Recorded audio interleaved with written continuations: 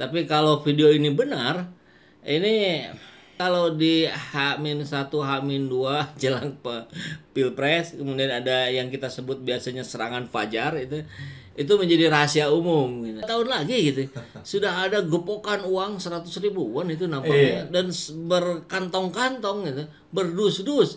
Saya nggak tahu tuh jumlah totalnya berapa, mungkin miliaran atau belasan miliar.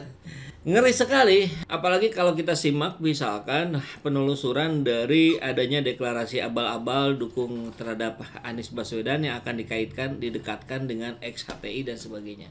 Itu juga kan kita dapat informasi, per peserta dapat 2 juta. Ya. Tempatnya di Bidakara, itu hotel yang mahal. 2 juta kali berapa itu yang hadir? 100-200 orang. Itu kan bukan angka yang sedikit. Jadi kalau melihat video barusan, yang menjadi sejalan gitu, bahwa ternyata memang benar bahwa hari ini gelontoran uang miliaran sudah disiapkan untuk memframing satu orang tokoh dicitrakan luar biasa, sekaligus tokoh lain dicitrakan dengan penistaan gitu, dengan upaya-upaya untuk mendowngrade.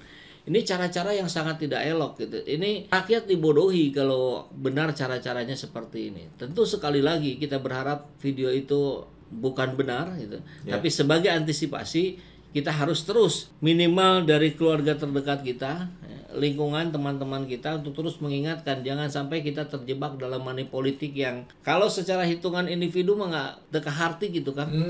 Ada yang 50 ribu, ada yang 100 ribu gitu. Atau mungkin 2 juta lah anggap besarnya yang kemarin di Bidakara itu. 2 juta habis berapa hari itu kebutuhan makan gitu. Maksimal anggap sebulan lah. Yeah. Kita menggadaikan 1 bulan makan kita dengan uang haram gitu. Yeah.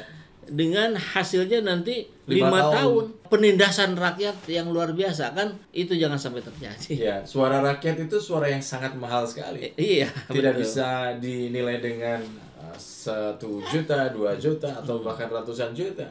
Tapi kita juga harus memberikan kesadaran bahwa suara rakyat itu adalah untuk kesinambungan kan, begitu kan? Betul. Nah, maka yang harus terus-menerus kita lakukan, terutama dalam channel ini, ya kita akan mengedukasi masyarakat, sahabat-sahabat semua, jangan sampai terjebak hal-hal yang seperti itu. Kita berikan pemahaman-pemahaman yang mudah dimengerti, termasuk oleh para jejaring kita yang ada di seluruh Indonesia. Mudah-mudahan ini menjadi bagian dari yang membaikkan negeri ini. Ya. Ini ada juga berita lain kan. Jadi Anies Baswedan ini mengundang tukang bakso. Jadi Anies Baswedan mengundang tukang bakso makan malam di Balai Kota. Oke. Nah, ini kemana nih arahnya?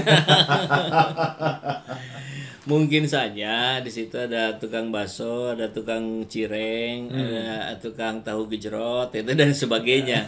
Tapi sorotan media tentu biasanya nakal gitu ya. Itu kita tahu lah kemarin ya, Ibu Megawati diprotes oleh banyak orang, terutama dari kalangan yang berprofesi kuliner, karena dianggap merendahkan harkat martabat pedagang bakso.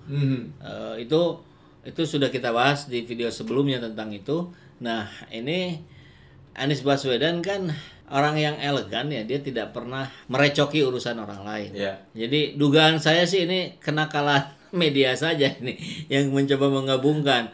Ini gaya Anies mengkritisi Ibu Mega.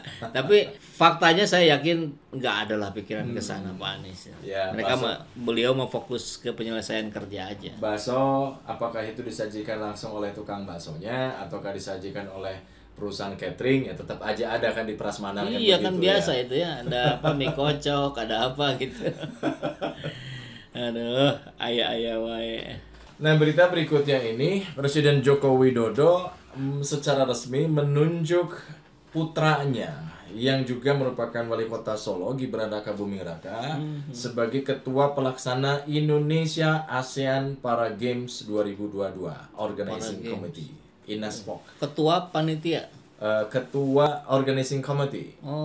Jadi keputusan ini langsung dituangkan dalam peraturan presiden, gitu kan, untuk penyelenggaraan ASEAN Para Games ke-11. Gitu. Ya.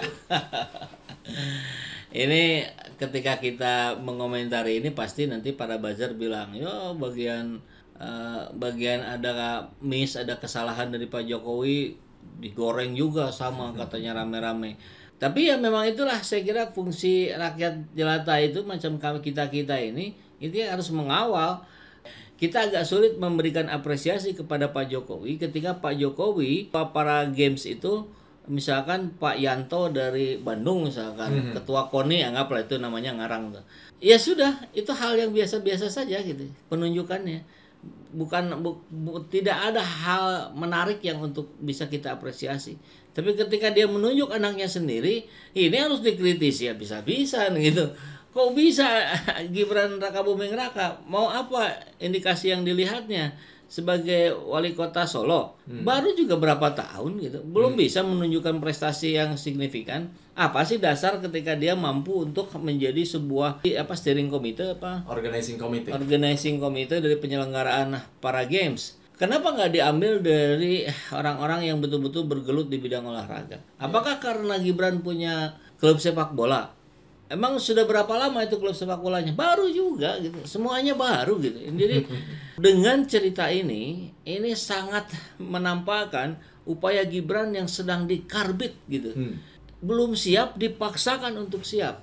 Nah, kita tahu kemarin Gibran ke Jakarta, sawan ke Bu Mega, sawan ke Gerindra, itu bacaan politiknya adalah menyiapkan Gibran untuk menjadi calon wakil presiden Prabowo Subianto. Ya sudahlah. Kalau gini ceritanya mah terserah mereka saja lah. Kekuasaan yang mereka miliki akan dimanfaatkan, terserah. Urusan kita lagi-lagi seperti yang tadi Kang. Kita terus edukasi masyarakat, rakyat jangan sampai terjebak oleh pemimpin level karbitan. Ini yang kita sayangkan. Kenapa sih cara-cara pemerintah republik ini seperti dikelola dengan cara-cara pemerintahan model kerajaan? Atau mungkin memang sudah diarahkan untuk tidak ke Jakarta tetapi ke Jawa Tengah aja kan? Ya mungkin saja, tapi saya kira fokusnya bukan di situ. Fokusnya adalah pada belum siapnya seorang Gibran, jangankan untuk menjadi calon wakil presiden Prabowo Subianto. Termasuk barangkali pencitraannya sampai kemarin ke London ya. Membuat pagelaran dan segala macam. Itu juga pasti karena dipermudah gitu. Ini kan bacaan rakyat saja begitu. Kalau pemimpin yang lain mungkin proses birokrasinya menjadi sangat panjang. Nah, intinya adalah kita ingin memilih pemimpin yang memiliki kinerja yang positif, yang baik dengan prestasi yang sudah ditorehkan. Nah, prestasinya prestasi yang betul-betul berbasis pada kinerjanya, bukan pada pencitraan gitu. Ya oke, buat sahabat-sahabat kita yang ada di Jawa Tengah atau di Jakarta nanti kalau memang muncul juga Gibran, ya kita akan pantau saja gitu, apa prestasinya, apakah betul-betul itu prestasi berbuah dari kinerja kehebatan pribadi dia atau karena settingan gitu.